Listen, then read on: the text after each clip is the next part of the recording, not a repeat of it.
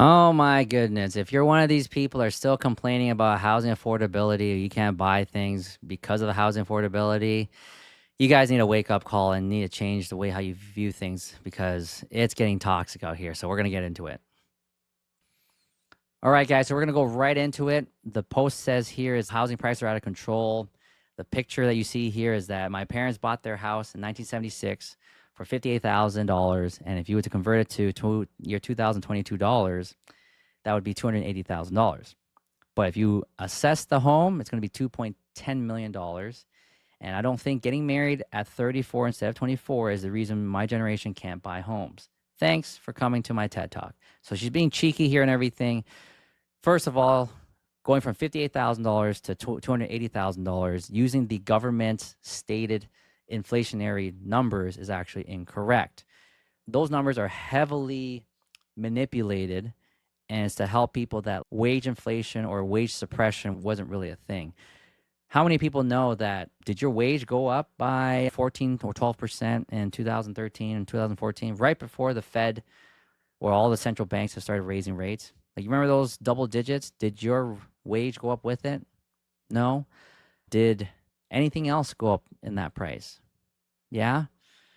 So why would it be such a slow climb from $58,000 to $280,000?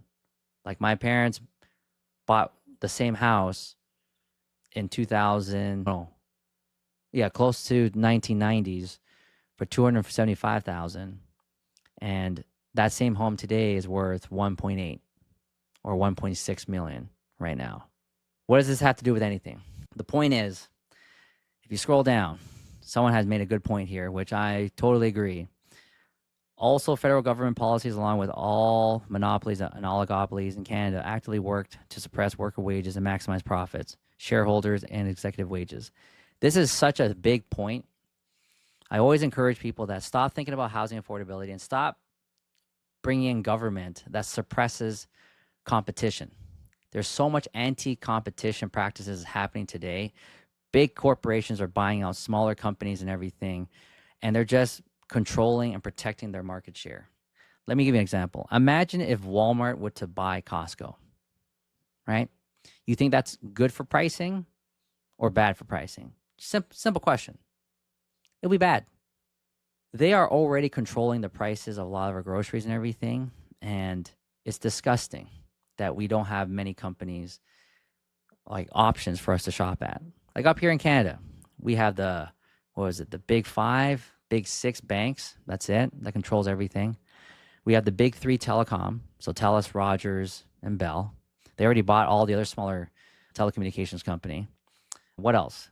The big chains of supermarkets. So we have Loblaws, Metro, Walmart, and I think that's it. I think it's 3 or 4 like major companies that own the entire grocery chain. And that includes the big box stores as well. And what about cell phones? Cell phone manufacturers. How many of you guys bought a cell phone that's outside of Google, Apple, and Samsung? You might dive into the Chinese-based phones because they're like cheaper, like your Xiaomi, OnePlus, right? But there used to be HTC. There's still Motorola, Nokia, right? BlackBerry. Like, there used to be a lot of competition. There was a lot of competitive pricing back then, but now it's just shrunk down to a handful of cell phone manufacturers. And you'll have those novelty ones where, what is it, Red Magic for the gamers out there. But even still, right, they're not big enough. That's the problem with the housing prices right now, is because it doesn't have to do anything with the actual prices itself. It's the devaluation of the dollar. So if it's anything you guys want to take away from this, is that you need to learn about the history of money, learn about the store of value, the gold standard, why gold was the currency of exchange back in the day. Just learn about it, and you'll understand what you need to be doing today in terms of where you need to move your money. A lot of people have moved into Bitcoin, like cryptocurrency and everything. That's fine, but you got to diversify. Some people are moving to physical gold. Some of them are going with the actual paper gold. But you guys need to get involved with your investments more than ever, because the devaluation of your currency or the money you're holding right now it's going to only get worse from here. And if you don't believe me, watch what happens when they start cutting rates. If you guys still don't get it, you guys don't understand the urgency to get involved with a lot of investments today, like right before rates starts to cut. Now, we're not trying to time it.